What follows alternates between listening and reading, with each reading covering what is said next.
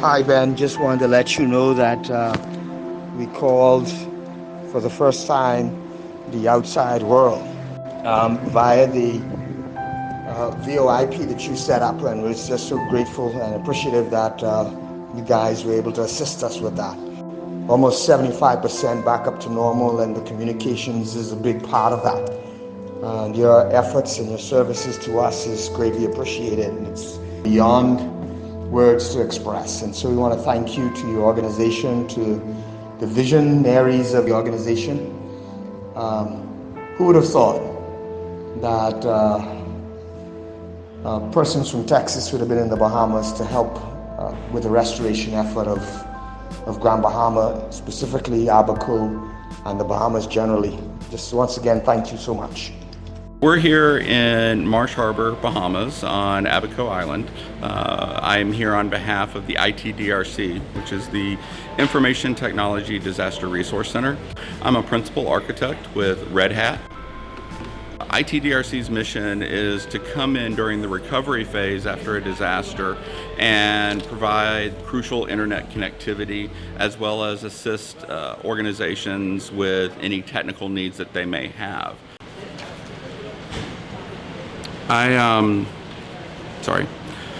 I've been a paramedic in addition to working in IT for well over 20 years, almost 30 now. I've dealt with and responded to death and destruction on varying scales for the entirety of my adult life. Coming here to Abaco, there's an area that's referred to as the mud. This was a migrant population. Some would refer to it as a slum type area. You have shanty houses that were built using whatever materials they could find or scrounge, tied together as best they could, very little real construction. And when this hurricane was coming, people banded together, I imagine, in groups in this. They're on an island. There's nowhere to go. The only evacuation was to another island that was expected to be hit just as bad, and that's if you could find a spot on a boat. The people had nowhere else to go. This area, the mud, is located adjacent to the pier in Marsh Harbor, and the pier is actually a fairly busy port of entry given the size, lots of containers around. When the winds came, they were strong enough to literally lift those containers like bowling balls, and they were basically plowed through the mud.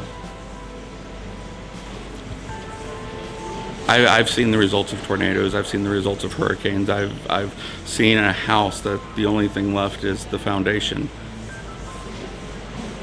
What I've never seen, and pray I never see again, is where that's all you can see, because that's all there is. My name is Karen Levy. In my regular life, I'm a nurse. I work at the Ottawa Heart Institute in Ottawa, Canada. Right now, we're in Cooperstown Clinic on the Abaco Island.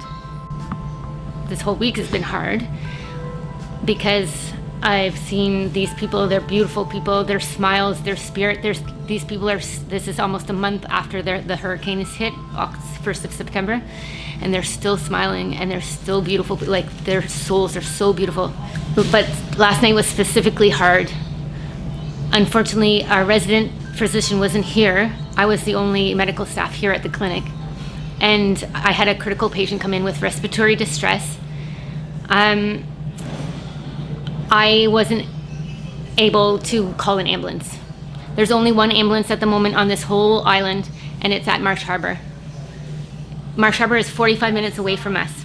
So we're isolated, we have no physician, and no comms. And this is unacceptable.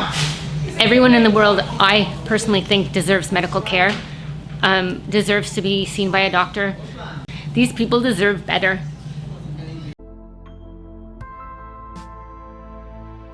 So my name is Rashawn Smith.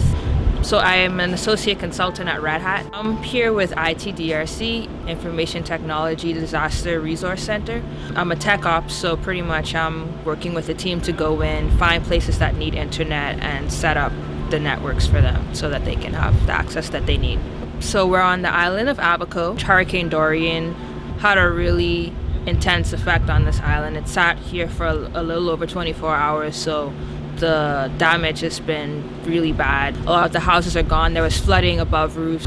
Now the water is gone, the flooding is gone, but a lot of the houses are like totally destroyed, uninhabitable. I was really surprised by the amount of survivors that are trying to rebuild their island.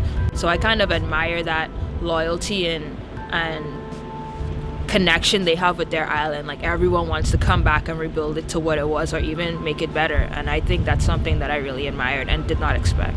For anyone that's interested in disaster response or just giving back to the community, I would say know that all of your skills are probably useful and needed.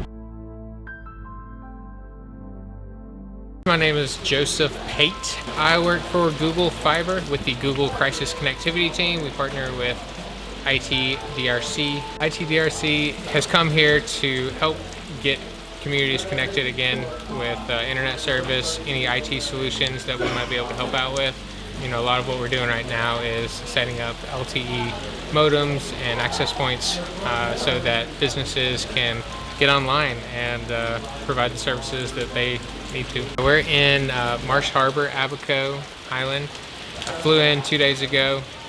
I was a little down when I got to the Bahamas because my bag did not show up from Atlanta. I hadn't had my bag, all my stuff that I prepared to bring with me. All I had really clothing-wise was the clothes that I brought, and you know, no tools or anything that I was, you know, preparing for. But on the plane ride over to Abaco, I sat next to a guy who was on one of the outer east islands, and he was saying how he was here during the hurricane and how he, his wife, and his 2 girls were just huddled together in their house while the roof was tearing off, while flooding was happening, and they lost everything. And so I think that put in perspective for me a little bit just how not important losing my bag was. You know, we've had a lot of people here supporting us. You know, not only are they you know, doing all these things for the residents that live here, but they've rallied around me and given me you know, shirts and pants and all kinds of things that I need. So, you know, this is my first deployment of any kind like this, and so I didn't really know what to expect. But I can just tell in the couple days that we've been here already that, you know, visiting the businesses and the government organizations, the police stations, the military organizations that we've been able to actually get service to right now, just knowing how grateful they are for that. You know, some of it's being used for, you know, business purposes, for, you know, looking up medical records and for, you know, providing the critical services that they do. And then some of it's just for fun as well, and you know, they're able to watch a little Netflix or something like that, and I think that's awesome. You know, they need a little, if we can provide a little morale boost for the people that are here, both the residents and the workers, you know, I think that's very worthwhile.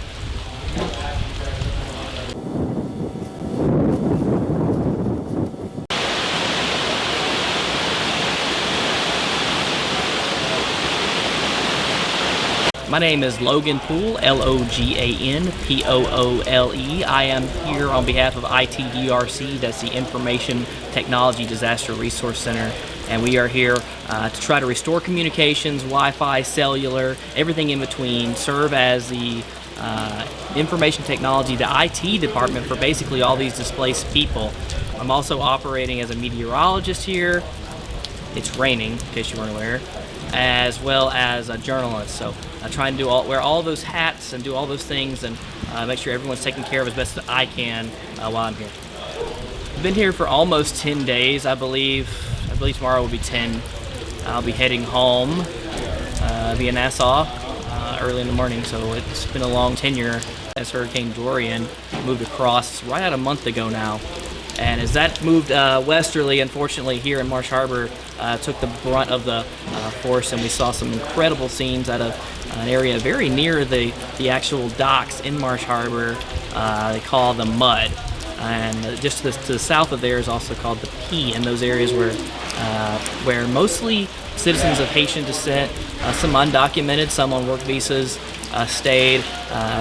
Maybe call them a shanty town. We don't want to disparage anyone, but they were very shoddily built, and in large part due, in fact, to their relative poverty in that region. When the storm came through, tremendous storm surge, upwards of 20 feet, moved through the Mud and the P, causing tremendous damage, and it's just absolutely devastated. It's the worst damage I've ever seen, even though I've been through lots of hurricanes, disasters, fires, tornadoes, everything in between, and I've never seen anything like it. When you've got just piles of debris behind slabbed homes and just people's things, it's incredible. They actually had these huge shipping crates, containers, like ocean-going containers that moved across. So if you survived the wind and you survived the water, you were likely crushed to death by those containers. And we had a chance to tour those earlier this week and found personal items like, I believe, a trophy for the valedictorian for Umbrella School for 2014, work visas with names and dates, and it's all just scattered into the wind. And it's really hard to see that, but we're trying to stay positive. We were able to help the people who are here. There are many more survivors than there were casualties, as is often the case, and we're grateful for that. We've connected comms to the clinic.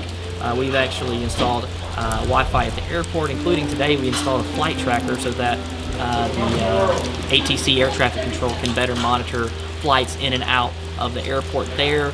We've done a lot of different things, distribution centers, we've got connectivity restored. We had a story of a clinic in Cooperstown, which is north of Marsh, where our connectivity was all they had for emergent situations, and at one point even a single nurse was all they had for the northern third of the island, and only one doctor for the entire island of Abaco. It's getting better.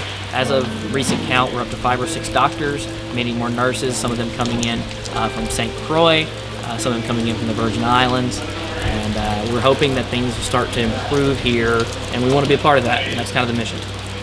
Imagine the things you take for granted every day, the air-conditioned rooms, the showers, the food, the family, the camaraderie, the roadways, the vehicles, the transportation, the electricity, the heating. The list goes on and on. All those things are just stripped away in a moment when things like this happen. And especially when you're isolated, like an island, or even if you weren't, it takes a tremendous outpouring of support from outside to get these people, and it would be you in that situation, to get you back on track and your life.